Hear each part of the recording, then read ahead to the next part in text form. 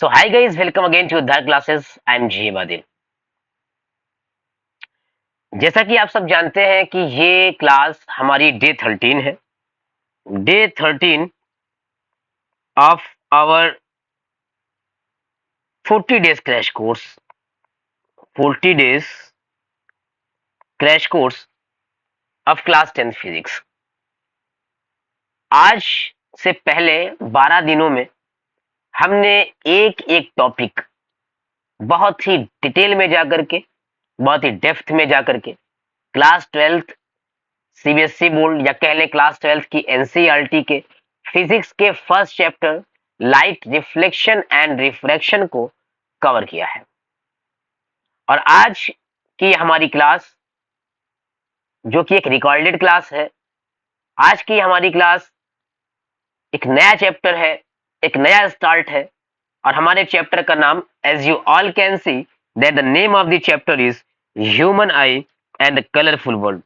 Human eye and the colourful world. इस chapter को start करें इससे पहले हम कुछ चीजों पर डिस्कशन करना चाहते हैं, कुछ बातें करना चाहते हैं. तो चैप्टर स्टार्ट करने से पहले कौन सी बात? चैप्टर स्टार्ट करने से पहले हम ये बात करना चाहते हैं कि क्या इंपॉर्टेंस है इसकी. ह्यूमन आई, अगर मैं बात करूं किसकी, ह्यूमन आई की, तो जब से इंसान इस दुनिया में है तब से लेकर के आज तक इंसानों के पास गॉड गिफ्टेड कहे, नेचर गिफ्टेड कहे, जो भी आप कहना चाहें, लेकिन एक बहुत ही वैल्यूएबल, बहुत ही इंपॉर्टेंट चीज है जिसकी हेल्प से we are able to see things around us. Obviously वो दो इंपॉर्टेंट चीजें हैं, लेकिन यहां पर हम जो बात करने जा रहे हैं उनमें से एक की इन डिटेल बात करने जा रहे हैं, और उनमें से एक की इन डेप्थ, इन डिटेल बात हमने अपने पिछले चैप्टर के अंदर की थी. और जो डिटेल हम बात करने जा रहे हैं उस चीज का नाम है ह्यूमन आई, और जिसकी हम लोगों ने अब तक बात कर ली वो है लाइट. वो क्या है? लाइट. और अगर मैं बात करूं ह्यूमन आई एंड लाइट की, तो हम लोग अगर चीजों को देख पा रहे हैं,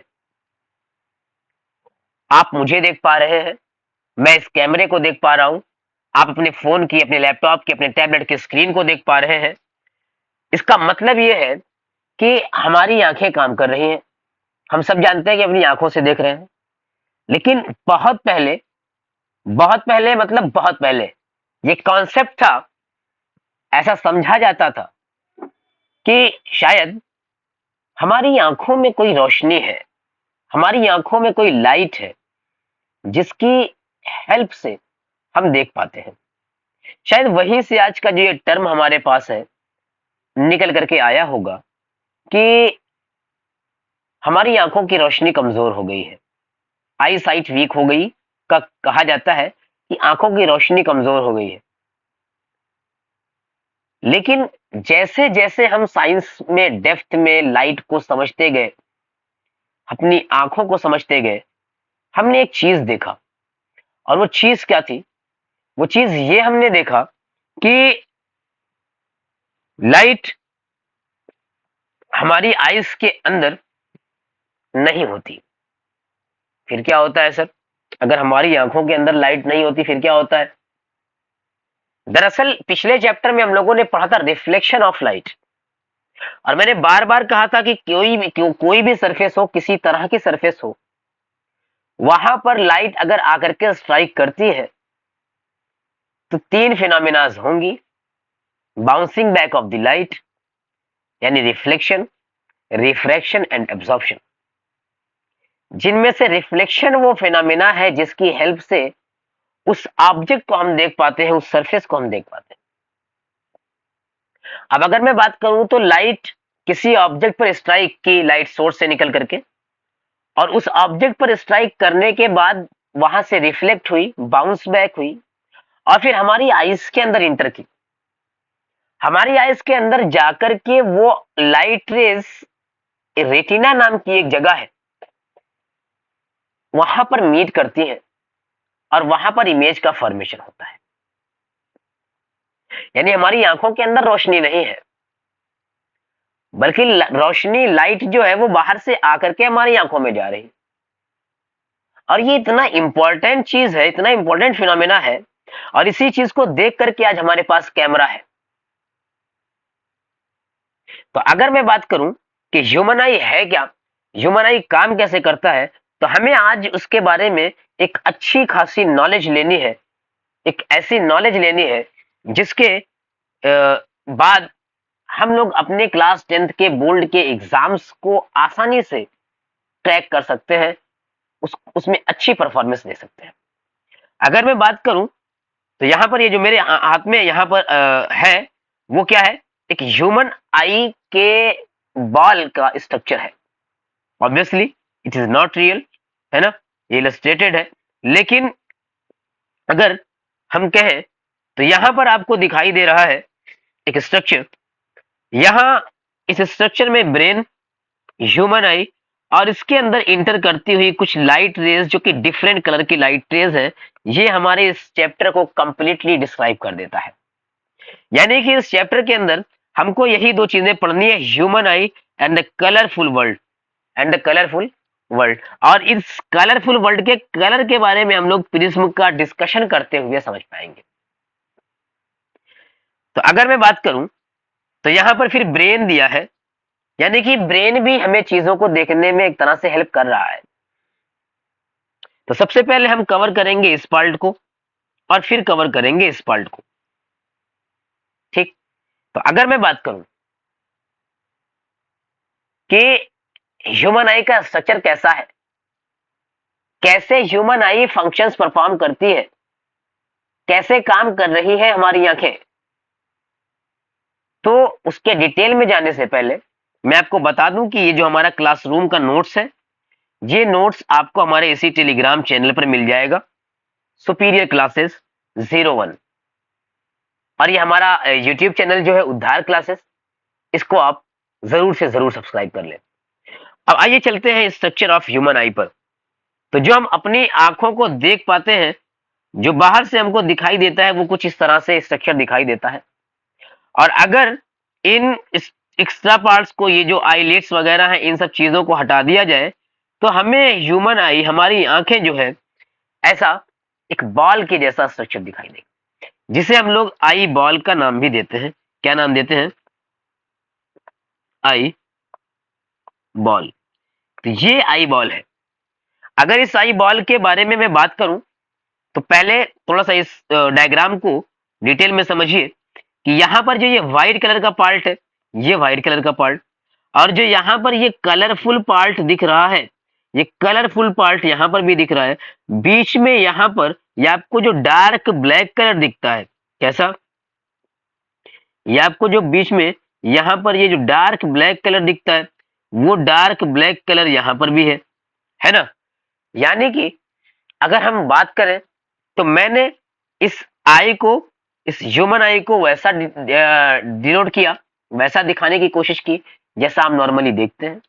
फिर हमने इस आई बॉल को निकाल लिया, और जब हमने इस आई बॉल को निकाल लिया तो अब अगर हम बात करें तो इस आई बॉल को यहां से इस तरह से अगर कट किया जाएगा, यहां से इस तरह से अगर कट किया जाए साइड वाइज, है ना, यानी कि बिल्कुल यहां से इस तरह से कट किया जाएगा सामने से, तो जब हम इसको ऐसा कट करेंगे तो हमारे पास कुछ ऐसा स्ट्रक्चर निकल करके आएगा जो कि आपके एनसीईआरटी का एक डायग्राम है। और अगर मैं इसके अंदर बात करूं तो आप यहां पर देख सकते हैं कि एनसीईआरटी के इस डायग्राम में हमको एक आई बॉल दिख रहा है। क्या दिख रहा है? ये पूरा आई बॉल है, बॉल शेप का स्ट्रक्चर है। यहां पर सामने का पार्ट जो है ये ऐसा बल्जी उभरा हुआ है जो कि एक ट्रांसपेरेंट मेम्ब्रेन से बना है, और इस मेम्ब्रेन के अंदर यहां पर कुछ लिक्विड भरा हुआ है। और हम लोगों ने जब लेंस पढ़ा था तो लेंस में हमने डिस्कस किया था कि any transparent medium bounded by two surfaces in which at least one surface is curve is called lens. और यहां पर जो ये पार्ट ऐसा बल्जी सा दिख रहा है, ये ट्रांसपेरेंट है, और इस पार्ट को हम एज ए लेंस कंसीडर कर सकते हैं। और अगर मैं बात करूं इस पूरे पार्ट की, तो ये आप देख रहे हैं कि यहां पर भी ये कंप्लीटली, ये भी एक ऐसा शेप हमको दिख रहा है जो कि ट्रांसपेरेंट है, और ट्रांसपेरेंट होने के साथ साथ दोनों तरफ से उभरा हुआ है, मीन्स कि दोनों मिलकर के एक बाई कॉन्वेक्स लेंस की फंक्शन परफॉर्म कर सकते हैं। ठीक, तो ये जो सबसे पहले बाहर की आउटर मेम्ब्रेन, जो ऐसा उभरी हुई मेम्ब्रेन है, इस मेम्ब्रेन को हम लोग नाम दे देते हैं कॉर्निया। क्या नाम देते हैं? कॉर्निया। और फिर कॉर्निया के अंदर यहां पर ये एक लिक्विड फिल है, ये एक लिक्विड फिल है, और इस लिक्विड को हम लोग नाम देते हैं एक्वस ह्यूमर। ये हमारी कॉर्निया के अंदर होता है ना। और हमारी आंखों से जो आंसू आता है वो कॉर्निया के बाहर होता है, कॉर्निया को ड्राई होने से रोकता है। तो इसके अंदर यहां पर लिक्विड फिल है जिसको हम लोगों ने कहा एक्वस ह्यूमर। और इसी लिक्विड के पास से यहां पर जब हम लोगों ने इसको कट किया, ऐसे कट किया, तो ये पहला वाला पार्ट इस तरह से दिखेगा और नीचे वाला पार्ट भी इस तरह से दिखेगा। तो ये दोनों पार्ट के बीच में ये ब्लैक स्पॉट दिखेगा। तो अगर हम इसकी बात करें तो यहां पर आप देख सकते हैं कि पहला ये कलरफुल पार्ट, ये कलरफुल पार्ट और ये कलरफुल पार्ट, ये दोनों पार्ट, और ये बीच में जो जगह खाली है ये वही डार्क स्पॉट है, ब्लैक स्पॉट है। ठीक, अब इनकी बात करते हैं। जो ये कलरफुल पार्ट है इसको हम लोग नाम देते हैं आइरिस। ये जो कलरफुल पार्ट है इसको हम लोग क्या नाम देते हैं? आइरिस। पिछले डायग्राम में देखें तो पिछले डायग्राम में ये कलरफुल पार्ट है ना, ये कलरफुल पार्ट जिसके अंदर बहुत बारीक बारीक सी नस जैसा कुछ स्ट्रक्चर आपको दिख रहा है, नर्व्स जैसे स्ट्रक्चर दिख रहे हैं, ये कलरफुल पार्ट है आइरिस। क्या काम करती है आइरिस? आइरिस काम करती है कर्टेन का, खिड़की पर लगा हुआ कर्टेन, पर्दा जो काम करता है, ठीक वही काम यहां पर क्या करता है? आइरिस करता है। और यहां पर ये जो बीच का पोर्शन जो ब्लैक दिख रहा है, ये पोर्शन, ये आइरिस का जो पोर्शन है, और यहां पर जो ये खाली जगह दिख रही है, ये इस चीज को हम लोग कहते हैं प्यूपिल। यानी जो डार्क ब्लैक दिखता है वो क्या कहलाता है? प्यूपिल कहलाता है। अब मैंने इसको कर्टेन ऑन विंडो क्यों कहा? कर्टेन ऑन विंडो इसको मैंने इसलिए कहा क्योंकि ये iris according to presence of light, according to intensity of light, close and open होता है, कॉन्ट्रैक्ट एंड रिलैक्स होता है। यानी कि जब ये कॉन्ट्रैक्ट होता है तो ये आइरिस कॉन्ट्रैक्ट होने पर ये प्यूपिल का साइज बड़ा हो जाता है, लार्ज हो जाता है, और जब ये रिलैक्स होता है तो ये रिलैक्स होने के बाद प्यूपिल का साइज स्मॉल कर देता है। ठीक, यहां पर ये आइरिस लाइट को अंदर जाने से रोकता है, जितना प्यूपिल ओपन रहेगा लाइट उतना ही अंदर जाएगा। अब अगर हम एक ऐसी सिचुएशन में, एक ऐसे स्पॉट पर, एक ऐसी जगह पर है जहां पर सफिशिएंट अमाउंट में लाइट है, काफी ज्यादा लाइट अवेलेबल है, वहां पर हम देख पाएंगे कि हमारे प्यूपिल का साइज स्मॉल हो जाएगा। यूजुअली जब हम बाहर से घर के अंदर आते हैं, कंपैरेटिवली डार्कर सिचुएशन होती है, लाइट की अवेलेबिलिटी कम होती है, तो घर के अंदर एंटर होने पर पहले अचानक से हमें अंधेरा लगता है, और फिर उसके बाद जैसे ही हम वहां पर रुकते हैं थोड़ी ही देर में हमको चीजें विजिबल हो जाती हैं। ये क्यों है? ये है प्यूपिल के साइज की वजह से। कैसे? जब हम बाहर थे लाइट ज्यादा अवेलेबल थी, और उस ज्यादा लाइट की अवेलेबिलिटी के अंदर जब हमारी आंखों में प्यूपिल से लाइट बहुत ज्यादा इंटर करती है, तो जब प्यूपिल से ज्यादा लाइट इंटर करती है तो यहां पर जो इमेज बनती है वो शार्प बनती है, नो डाउट। लेकिन ये जो इमेज शार्प बनती है, बहुत सारी लाइट होने की वजह से यहां पर जो सेल्स हैं वो बर्न भी हो सकती है। इसलिए ऑर्डर होता है कि पर्दे को, कर्टेन को कम कर दिया जाए, यानी कि ओपनिंग छोटी कर दी जाए, ओपनिंग स्मॉल कर दी जाए, पर्दा ढक दिया जाए। पर्दा मैं अगर कह रहा हूं तो ये कर्टेन वाला पर्दा है। ठीक, अब जैसे ही पर्दा ढका जाएगा लाइट हमारी आंखों के अंदर कम जाएगी और हम कंफर्टेबली देख पाएंगे।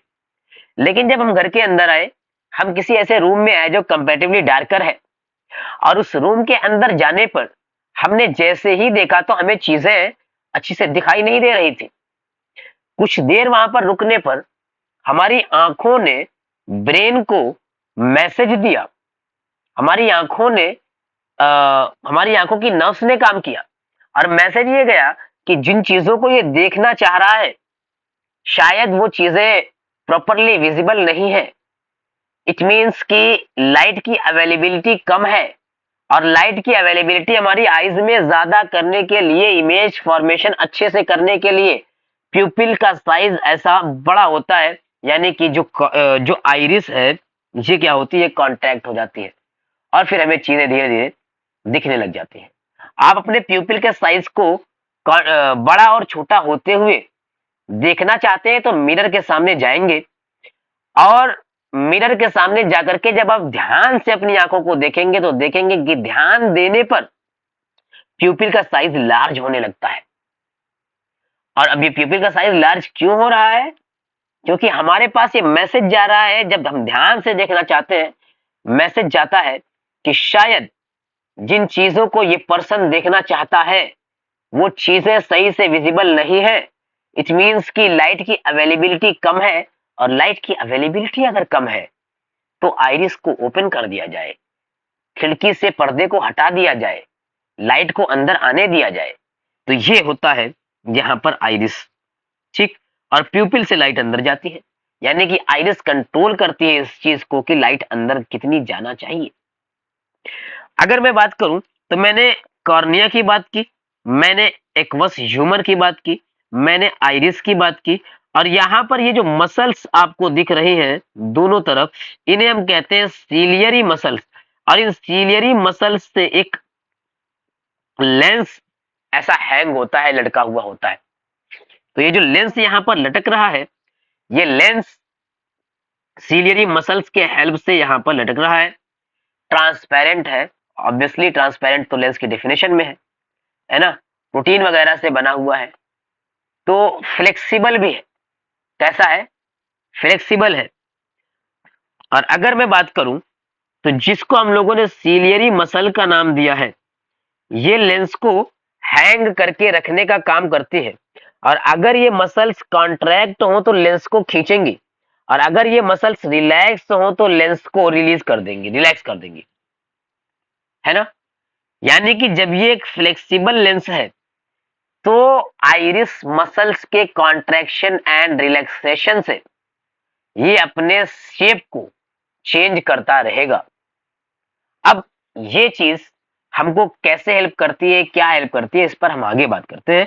लेकिन फिर अगर मैं बात करूं तो यहां पर ये जो लिक्विड फील्ड आपको दिख रहा है, इसको हम लोग नाम देते हैं विट्रस ह्यूमर। क्या नाम देते हैं? Vitreous humour. और यहां पर लास्ट की जो ये जो एक ऐसा स्क्रीन बन रही है, इस स्क्रीन को हम लोग नाम देते हैं रेटिना।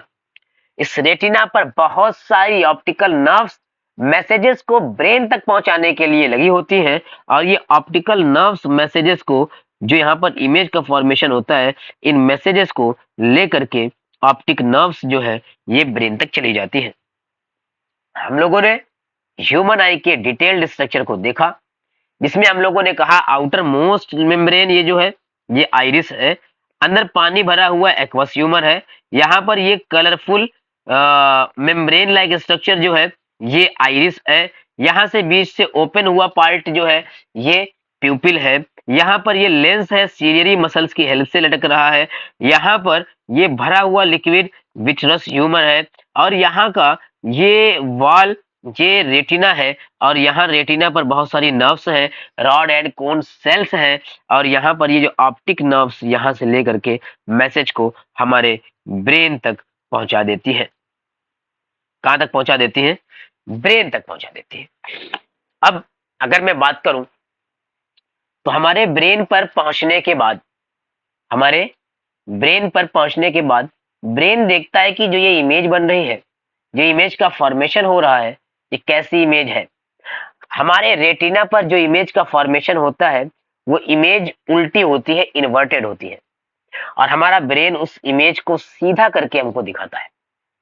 तो ये वो प्रोसेस थी जिसमें हम लोगों ने स्ट्रक्चर ऑफ ह्यूमन आई की बात की और थोड़ा सा हमने ये भी जाना कि किस तरह से हमारी ह्यूमन आई काम करती है। लेकिन अगर मैं ह्यूमन आई के डिटेल्ड वर्क पर जाऊं तो उससे पहले मैं दो पॉइंट्स की बात करता हूं। एक को हम लोग कहते हैं नियर पॉइंट। कौन सा पॉइंट कहते हैं? एक को हम लोग कहते हैं नियर पॉइंट। और इस नियर पॉइंट की अगर मैं बात करूं तो नियर पॉइंट को 25 सेंटीमीटर हमारे डॉक्टर्स बताते हैं, हमारे साइंटिस्ट बताते हैं कि nearest point of distinct vision is 25 centimetre. कितना? 25 centimetre. And the far point for a healthy I is infinity. Far point क्या है? इन्फिनिटी है। यानी कि अगर कोई भी ऑब्जेक्ट हमारे सामने 25 सेंटीमीटर के डिस्टेंस पर रखा हुआ है तो हम इसको आसानी से देख पा रहे हैं। और अगर एक हेल्दी आई है तो ऑब्वियसली हम 25 पर इजीली देख पाएंगे। 25 से पास लाने पर ये चीजें हमको ब्लर दिखने लग जाएंगी। बहुत ज्यादा हमको अपने आईज पर प्रेशर करना पड़ेगा और बिना किसी प्रेशर के डिस्टिंक्ट विजन की जो मिनिमम डिस्टेंस है, जो नियरेस्ट पॉइंट है, वो 25 सेंटीमीटर होती है। और ये फारदेस्ट पॉइंट की, फार पॉइंट की कितनी होती है? इन्फिनिटी होती है। यानी कि 25 सेंटीमीटर से लेकर के इन्फिनिटी तक की चीजों को एक हेल्दी आई बहुत ही आराम से, बहुत ही इजीली, बहुत आसानी के साथ देख पाती है। ठीक है। अब अगर यहां पर ये चीज देख पा रही है तो इसका मतलब ये हुआ कि हमारी आईज पर जो इमेज का फॉर्मेशन हो रहा है, मैंने कहा था इमेज का फॉर्मेशन रेटिना पर होता है। कहां पर होता है? रेटिना पर। अब अगर रेटिना पर इमेज का फॉर्मेशन हो रहा है, 25 सेंटीमीटर पर रखे हुए ऑब्जेक्ट का भी इमेज का फॉर्मेशन रेटिना पर हो रहा है, इन्फिनिटी पर रखे हुए इमेज का फॉर्मेशन भी रेटिना पर हो रहा है। यानी कि हमारी आईज में ऑटो फोकस नाम की कोई चीज है, एडजस्टमेंट कर रही है। ये कैसे पॉसिबल है कि एक सिंगल लेंस है, एक अकेला लेंस है और वो 25 सेंटीमीटर पर रखी हुई ऑब्जेक्ट का इमेज भी रेटिना पर बना देता है। वी डिस्टेंस ऑफ इमेज, इसकी हम लोगों ने बात किया था। और इन्फिनिटी पर रखे हुए ऑब्जेक्ट का इमेज भी रेटिना पर बना देता है। तो हमारी आईज की इस पावर को हम लोग नाम देते हैं power of accommodation. Power of accommodation यानी कि ये हमारी आईज के पावर को, हमारी आई लेंस को एडजस्ट करता है। क्या करता है? एडजस्ट करता है। यानी ये एडजस्टमेंट को हम लोग पढ़ने वाले हैं। क्या पढ़ने वाले हैं? एडजस्टमेंट को। जैसे यहां पर ये ह्यूमन आई है, ये ह्यूमन आई है। अगर कोई भी ऑब्जेक्ट इन्फिनिटी पर है तो इन्फिनिटी से आने वाली light rays parallel to each other है, जो इस ह्यूमन आई के अंदर चली गई और इसको ये रेटिना पर ला करके कन्वर्ज कर दे रहा है। रेटिना पर ला करके कन्वर्ज कर दे रहा है। इसका मतलब है कि रेटिना पर इमेज का फॉर्मेशन हो रहा है।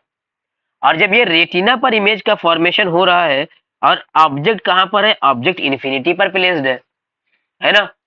और यही 25 सेंटीमीटर की डिस्टेंस पर या बहुत पास में कोई ऑब्जेक्ट प्लेस हो तो यहां से लाइट जो जाएगी वो कुछ इस तरह से डाइवर्जिंग लाइट रेस जाएंगी और ये डाइवर्जिंग लाइट रेस को भी रेटिना पर फोकस कर पाता है और इमेज का फॉर्मेशन यहां पर हो जाता है। अब बताइए कि इसको, ये जो पैरेलल लाइट रेज आई थी, सॉरी, ये जो पैरेलल लाइट रेज आई थी, इन लाइट रेज को कन्वर्ज करना आसान है या जो ये डाइवर्जिंग लाइट रेज आ रही है इनको कन्वर्ज करना आसान है? डाइवर्जिंग लाइट रेज को ऑब्वियसली, क्योंकि ये है ही डाइवर्जिंग, तो इनको उसी पॉइंट पर जहां पर हमने पैरेलल को कन्वर्ज किया है, कन्वर्ज करना एक टफ टास्क है। लेकिन हमारी आईज की इसी पावर को, इसी एडजस्टमेंट की पावर को कहते हैं पावर ऑफ एकोमोडेशन। क्या कहते हैं? Power of accommodation. ये कैसे काम करता है? हमने कहा कि जो हमारी आई का लेंस है, जो हमारी आंखों का ये लेंस है, ये लेंस फ्लेक्सिबल है। कैसा है? फ्लेक्सिबल है। और ये सीलियरी मसल्स की हेल्प से, सीलियरी मसल्स की हेल्प से ऐसा सस्पेंडेड है, लटका हुआ है। जब सीलियरी मसल्स कॉन्ट्रैक्ट होंगी तो इसको खींचेंगी और जब इसको खींचेंगी तो क्या होगा, ये लेंस थिन हो जाएगा, और जब इसको रिलैक्स करेंगी तो ये लेंस थिक हो जाएगा। थिन होने पर इसकी फोकल लेंथ दूर चली जाती है। फोकल लेंथ कहाँ चली जाती है? दूर चली जाती है। और थिक होने पर फोकल लेंथ पास चली आती है, फोकस पॉइंट पास चला आता है ना, जिसकी हेल्प से हम क्या कर पाते हैं, चीजों, हमारी आईज जो है ऑब्जेक्ट्स का इमेज इस रेटिना पर फॉर्म कर पाते हैं, और हमारी ऑप्टिकल नर्व्स उनको रीड करके ब्रेन तक मैसेज पहुंचाने का काम करते हैं। ठीक, आई होप कि आपको यहां तक की चीजें बिल्कुल क्लियर होंगी। अगर यहां तक की चीजें आपको क्लियर है तो थम्स अप कीजिए, कमेंट बॉक्स में बताइए कि यहां तक की चीजें आपको बिल्कुल क्लियर है। और अगर यहां तक चीजें क्लियर है तो हम अपने नेक्स्ट पार्ट पर आगे बढ़ते हैं। Power of accommodation, I hope कि आपको समझ में आ गया। सीलियरी मसल्स के कॉन्ट्रैक्शन एंड रिलैक्सेशन से और लेंस के फ्लेक्सिबल होने की वजह से ऑटो फोकस की जो पावर है, एडजस्टमेंट की जो पावर है, उसी को कहते हैं पावर ऑफ एकोमोडेशन, जिससे कि दूर पर, बहुत दूर पर, यानी इन्फिनिटी पर रखे हुए ऑब्जेक्ट का भी इमेज देखा जा सकता है, और 25 सेंटीमीटर के डिस्टेंस पर रखे हुए ऑब्जेक्ट का भी इमेज देखा जा सकता है। ठीक, अब क्या हो अगर, हमारी आईज में कुछ प्रॉब्लम्स आ जाए, defects of human I. Human आई में कुछ तरह के डिफेक्ट्स आते हैं, जैसे जैसे कि हमें दूर पर रखी हुई कोई चीज क्लियरली विजिबल ना हो, पास पर रखी हुई चीजें दिख रही हैं। If a person is able to see things closer but cannot see objects or things placed at a large distance, ऐसी सिचुएशन में इस डिफेक्ट ऑफ ह्यूमन आई को हम लोग नाम देते हैं मायोपिया। क्या नाम देते हैं? मायोपिया। अब ये मायोपिया, मायोपिया को एक नाम और हम देते हैं नियर साइटेडनेस। क्या नाम देते हैं? Near sightedness. Near sightedness. और अगर मैं बात करूं तो नियर साइटेडनेस में हमको नजदीक की चीजें तो दिखती हैं, लेकिन दूर की चीजें नहीं दिखती। नियर साइटेडनेस है, मायोपिया है, इसमें हमको नजदीक की चीजें दिखती हैं, लेकिन दूर की चीजें नहीं दिखती। और इस प्रॉब्लम से निपटने के लिए, इस प्रॉब्लम को सॉल्व करने के लिए हमारे पास कुछ तो होना चाहिए। क्या है एक्चुअल में नियर साइटेडनेस? एक्चुअल में अगर मैं इस एनसीईआरटी के डायग्राम की बात करूं जो यहां पर ड्रॉ किए हुए आपको दिख रहे हैं, तो far point of a healthy I is infinity. अभी हम लोगों ने बात किया है कि फार पॉइंट क्या है? इंफिनिटी है। तो अगर फार पॉइंट इंफिनिटी है और वो फार पॉइंट पास आ जाए, उतनी दूर की चीजें हमको ना दिखें, यानी कि जो फार पॉइंट है, जो largest point of distinct vision है, वो पास चला है, यानी कि दूर की चीजें नहीं दिख रही है। जिस पॉइंट पर चला है उससे पहले दिख रही है, उसके बाद की चीजें नहीं दिख रही है। तो इसका मतलब है कि यहां पर डायग्राम दिया गया है कि far point of A myopic eye, far point infinity के बजाय पास आ गया। और अगर कोई ऑब्जेक्ट इंफिनिटी पर प्लेस्ड है, तो आप देख पा रहे हैं कि इंफिनिटी से आने वाली light race after refraction, after refraction कहां पर मीट कर रही है? रेटिना से बहुत पहले मीट कर जा रही है। और अगर ये रेटिना से बहुत पहले मीट कर जा रही है, इसका मतलब इमेज का फॉर्मेशन रेटिना पर नहीं हो पा रहा है। और जब इमेज का फॉर्मेशन रेटिना पर नहीं हो पा रहा है, इसका मतलब है कि एक मायोपिक आई है, और इस मायोपिक आई में हम लोग नाम देते हैं नियर साइटेडनेस का। किसका? नियर साइटेडनेस का। अगर मैं बात करूं तो क्या आपको ये नहीं दिख रहा है कि यहां पर इस लेंस ने कन्वर्जिंग लेंस होने की जो जिम्मेदारी है उसको कुछ ज्यादा ही निभा दिया? क्या इसने अपना काम को ज्यादा नहीं कर दिया? इसने अपना काम ज्यादा कर दिया, इसने लाइट को ज्यादा कन्वर्ज कर दिया। यानी कि अब इस नियर साइटेडनेस या मायोपिया होने के दो रीजंस हो सकते हैं। पहला रीजन ये कि या तो हो सकता है कि हमारा जो आई बॉल था, ये हमारा जो आई बॉल है, ये इस तरह से इलांगेट कर गया हो। आई बॉल ऐसा होना चाहिए था और ये इलांगेट करके रेटिना ही पीछे चला गया हो। अगर रेटिना पीछे चला गया तो जाहिर सी बात है कि जब स्क्रीन ही पीछे चली गई तो अब इमेज का फॉर्मेशन स्क्रीन पर कैसे हो? तो इस स्क्रीन पर ब्लर इमेजेस बनती हैं, यानी ये लाइट रेज ऐसे पास होंगी, ये लाइट रेज ऐसे पास होंगी और यहाँ पर एक ब्लर इमेज का फॉर्मेशन होगा। ठीक है, इसका मतलब ये हुआ कि यहाँ पर जो मायोपिक आई है, मायोपिक आई का या तो आई बॉल इलांगेट कर गया है, पीछे चला गया है रेटिना, या दूसरी चीज की इस लेंस की जो थिकनेस है ये बढ़ गई है, ये इंक्रीज कर गई है, जिससे कि फोकस पॉइंट पास आ गया। दोनों ही सिचुएशन में मायोपिया देखने के लिए मिलता है, या दोनों सिचुएशन साथ में हो जाएं तब भी मायोपिया देखने के लिए मिलता है। अब इस डिफेक्ट को सही करने के लिए हम क्या करें? इस डिफेक्ट को सही करने के लिए जो ये ज्यादा कन्वर्जिंग करने लग रहा है तो हम इसको दे ही डाइवर्जिंग लाइट रेज। क्या करें? दो कॉन्सेप्ट से मैं समझा सकता हूं।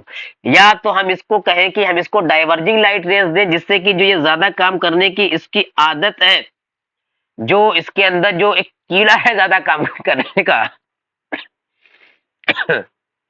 सॉरी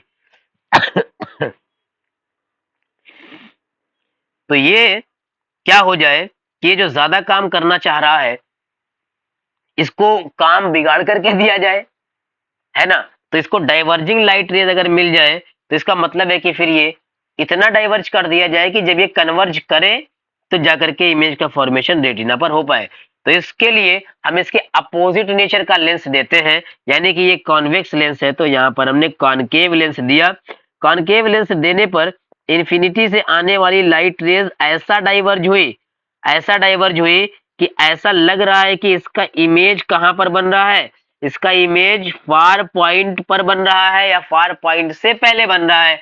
फार पॉइंट ही तो पास आ गया था, इसलिए हम फार पॉइंट से दूर की चीजों को देख नहीं पा रहे थे, और जब फार पॉइंट पर इमेज बना दिया तो इस इमेज को हमारी आई देख पाती। यानी इस लेंस को ऐसा किया कि इसने डाइवर्ज किया लाइट को, या तो ये कहें कि एक ऐसा लेंस दिया कि जो फार पॉइंट या उससे पहले इमेज का फॉर्मेशन कर दे और उस इमेज को देख करके हमारी आई उस दोबारा अपने रेटिना पर इमेज बनाए, है ना? तो यहाँ पर इस तरह से बाई कॉनकेव लेंस, या मैं सिर्फ कहूँ कॉनकेव या डाइवर्जिंग लेंस को यूज करके we can correct the defect of myopia of a person. ठीक, अगर मैं बात करूं सेकंड की तो इसका नाम है हाइपरमेट्रोपिया। क्या नाम है?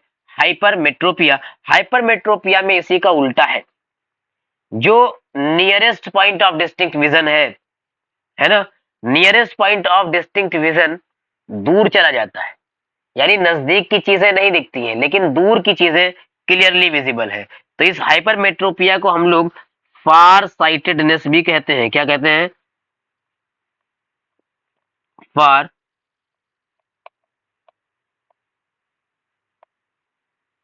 ये क्या हो रहा है?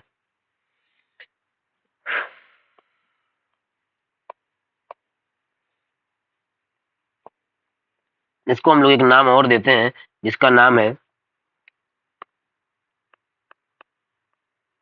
फार साइटेडनेस, यानी कि पास की चीजें नहीं दिख रही हैं, दूर की चीजें दिख रही हैं। कहेंगे सर ये उल्टा नाम क्यों? उल्टा नाम इसलिए क्योंकि जब आप देखें नियर साइटेडनेस में इमेज नियर बन जाती थी, पास बन जाती थी, और फार साइटेडनेस में इमेज दूर बन जा रही है। ये कॉन्सेप्ट है हमारा यहाँ पर। अच्छा, अगर हम बात करें तो nearest point of distinct vision 25 से दूर चला जा रहा है, और जब ये 25 से दूर चला जा रहा है इसका मतलब ये है कि अब हम 25 पर भी चीजों को क्लियरली नहीं देख पाएंगे, हमको ऑब्जेक्ट्स दूर रख करके देखना पड़ेगा, ऑब्जेक्ट्स हमको दूर रख करके देखना पड़ेगा। और इस प्रॉब्लम को सॉल्व करने के लिए अगर हम बात करें तो देखा जाए कि एक एक हेल्दी आई नियरेस्ट पॉइंट से देख पाती है, लेकिन नियर पॉइंट क्या हुआ, दूर चला गया। कहाँ चला गया? दूर चला गया। अब जब नियर पॉइंट दूर चला गया तो अगर मैं एक्चुअल नियर पॉइंट से बात करूं तो एक डाइवर्जिंग लाइट रे है जिसको ये प्रॉपरली कन्वर्ज नहीं कर पाया, इसलिए रेटिना से पीछे इमेज बनती हुई दिख रही है। एक्चुअली में रेटिना से पीछे इमेज बनती नहीं है, ब्लर इमेज बनती है रेटिना के ऊपर। लेकिन अगर ये मीट करें तो कहाँ मीट करेंगे? रेटिना से पीछे मीट करेंगे। अब अगर ये रेटिना से पीछे मीट कर रहे हैं मतलब ये कन्वर्ज कम हो पाए, लेंस शायद थिन हो गया। लेंस कैसा हो गया? थिन हो गया। इसकी फोकल लेंथ दूर चली गई, और जब फोकस पॉइंट दूर चला गया, फोकल लेंथ ज्यादा हो गई, तो इसने प्रॉपरली कन्वर्ज करने में खुद को अनेबल पाया, और अब यहाँ पर इमेज का फॉर्मेशन रेटिना पर नहीं हो पाया। और जब इमेज का फॉर्मेशन रेटिना पर नहीं हो पाया तो हम इसको कन्वर्ज करना चाह रहे हैं, रेटिना पर इमेज चाह रहे हैं, तो इसके ही नेचर का एक लेंस जो कि ऑब्वियसली कन्वर्जिंग लेंस है, हम लोग यूज करेंगे। और अब ये कन्वर्ज थोड़ा सा ये कर देगा और थोड़ा सा ह्यूमन आई का लेंस कन्वर्ज करेगा, और अब इमेज का फॉर्मेशन रेटिना पर हो पाएगा। ठीक, यहां पर क्या हो सकता है? यहां पर हो सकता है कि रीजन, क्या रीजन हो सकता है? रीजन हो सकता है कि जो ये आई बॉल है, ये आई बॉल क्या हो गई हो? फ्लैटेंड हो गई हो, चपटी हो गई हो, और इस तरह से अगर ऐसे पास आ गया हो, क्या रेटिना अगर ऐसा पास आ गया हो तब भी तो दूर बन जाएगी इमेज। और दूसरी चीज कि जो आई लेंस है ये थिन हो गया हो तब भी इमेज दूर ही बनेगी। तो इसका मतलब ये है कि हमने इसको कन्वर्जिंग नेचर का, कन्वर्ज करने वाला सुइटेबल पावर का लेंस दिया, जिससे कि हम जान पाएंगे कि इमेज का फॉर्मेशन रेटिना से, सॉरी, जिससे कि इमेज का फॉर्मेशन रेटिना पर हो सके। तो ये था मायोपिया और हाइपरमेट्रोपिया। अभी हमको बात करनी है प्रेसबायोपिया पर, एस्टिग्मेटिज्म पर, और हमको कैटरैक्ट पर बात करनी है। लेकिन यहाँ पर कुछ और बातें भी है, जैसे कि सर कितने पावर का लेंस देना है। हम इस क्लास को इस चैप्टर को बहुत ही आराम से, बहुत ही इजी वे में 4 से 5 लेक्चर्स के अंदर कवर करेंगे, जो कि हमारा फर्स्ट लेक्चर था। और एक एक बात को बहुत ही इजीली, बहुत आराम से करेंगे, कवर करेंगे। आई होप कि आपको आज की ये क्लास पसंद आई होगी।